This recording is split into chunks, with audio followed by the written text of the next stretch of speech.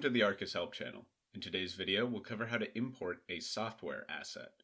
If you'd like to review how to import a test asset, or if you would like to review how to use the software builder, please follow the links in the upper right-hand corner of the video, or in the video description down below. To import a software asset, head on over to Applications under the Library section of the main menu.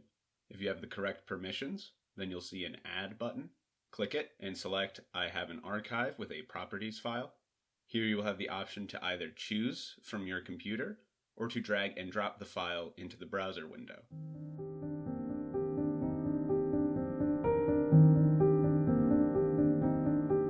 Select Finish, and you will receive an email when your asset has finished uploading.